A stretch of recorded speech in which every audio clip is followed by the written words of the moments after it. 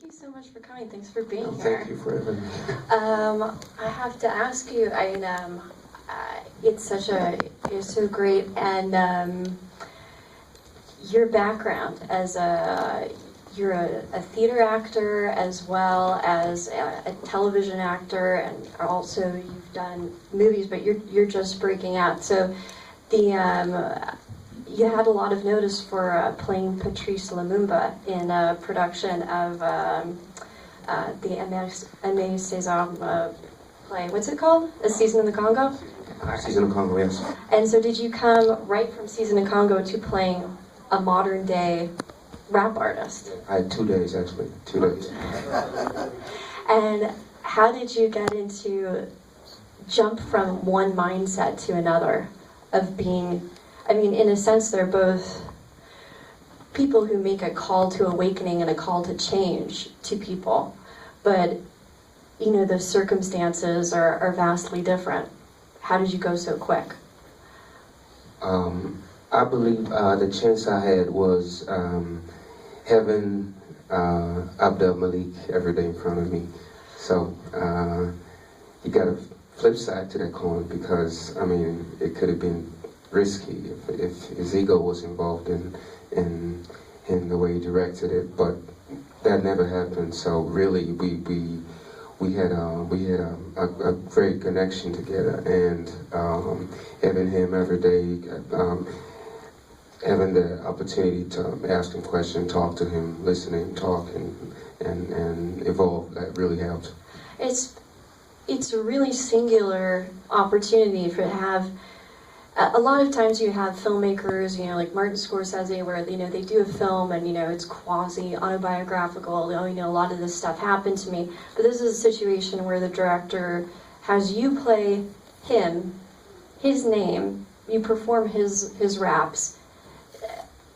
That is an interesting working process. I mean, I wonder how hands-on he is in the sense of, like, that is not how I said that when that happened.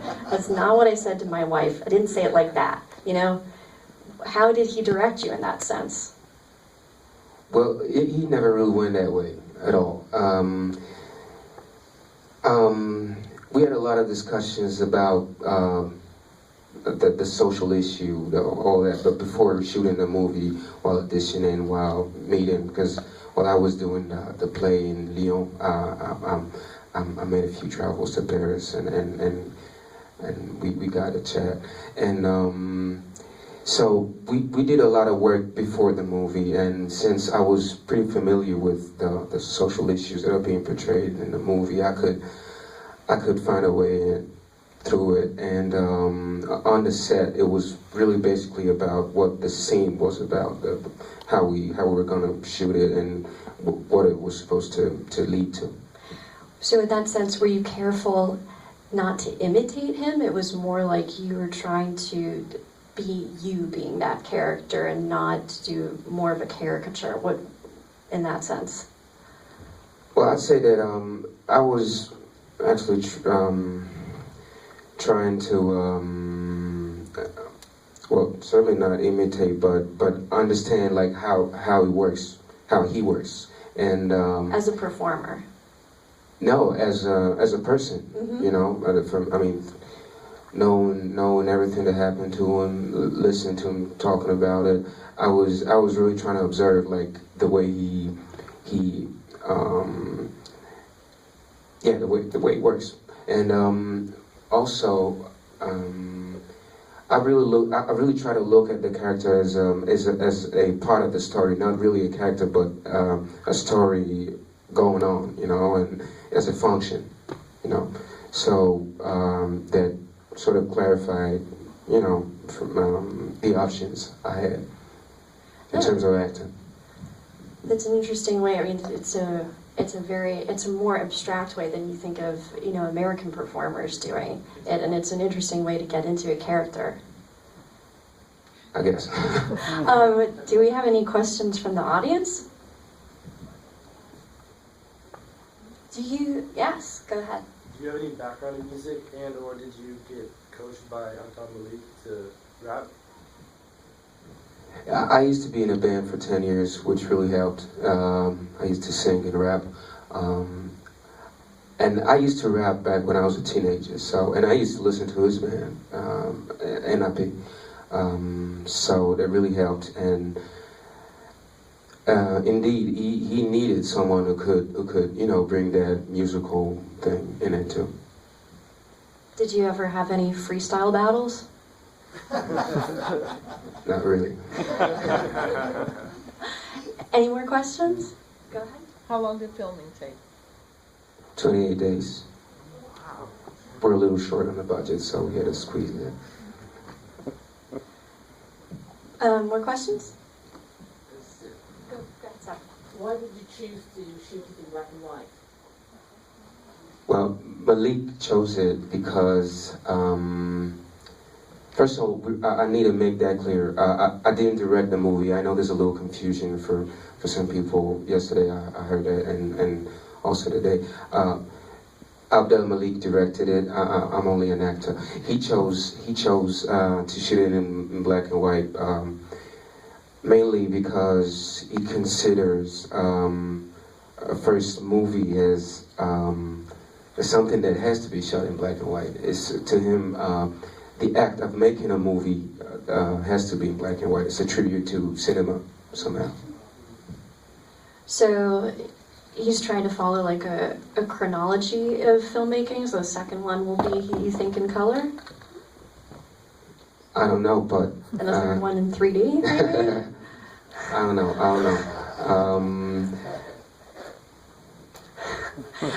Any more questions? Go ahead. Did you grow up in the Paris suburbs, and also what's the reception been like back home or in France, I guess? No, I grew up in Brussels, and the movie hasn't opened yet in France. It just went in a few festivals. So, what was the question again? How the reception, I guess. What do you expect for the reception? Is it going to be a big release or a small release, considering the music is known? Well, on our scale, it's a pretty big release, I think. Well, we just expect a lot of people to watch it, that's basically the thing, it's not more. Because Abdel Malik is an important cultural figure in France. He's popular as a musician, an award-winning novelist, and the group that he was in, New African Poets, is a big deal over there. It's kind of, I mean, not to like just make gross comparisons, but it's the thing of being in a group like NWA and then having your solo career, and you can only hope that Ice Cube makes a movie. But I think it's interesting in the sense that you look at this film and it has parallels to the kind of the banlieue films of like La Haine, and then you also, I think it draws a lot from hip-hop filmmaking. Yeah, if I might, the black and white is also a tribute to La Haine, actually. Right. Whom directors a good friend of Malik. Yeah. And that was I don't know if familiar you guys are, but that was a film set in a similar area. Of course it's Paris and this is Strasbourg, but it's also a first-time director making a film that's in black and white. But it also, there's hip-hop filmmaking. When I was watching the film, it reminded me a lot of Juice. Do you know this film? Yeah. I watched it a long time ago, yeah. As well, like it's a film that it celebrates a love of hip hop, but unlike any American film, it brings in much more of a cultural milieu, and especially like a religious approach as well. How did working with Abdel Malik, did he bring in like his own philosophy, Sufism and things like that? Did he talk with you about that? I actually asked him a lot about that because that was interesting to me, beyond the movie, beyond making the movie. And for the rest, I mean, it's all in the movie, it's all in the film. We didn't, we would just chill, we just hang out together and talk about everything, Mm-hmm. And, but yeah, spirituality, as you can see, is a huge deal in the movie, and that's really what Malik is made of, you know. But the great thing about it, I think, is, and that's the great thing in Sufism, and that's to me how anyone should approach religion. It's first of all, it's a thing that's very private, you know. It wouldn't brag about it. It wouldn't judge anyone. It wouldn't, you know, it wouldn't be too loud about it, you know. He just does what he does, and I think a movie is more relevant, or, you know, a work is more relevant than you know. And that's something that the film touches on, and nobody really goes into a big argument about it. But I wonder, did Abdul Malik talk to you about his feelings about whether you know, you could be observant religiously and make modern music? What was did he talk with you about that?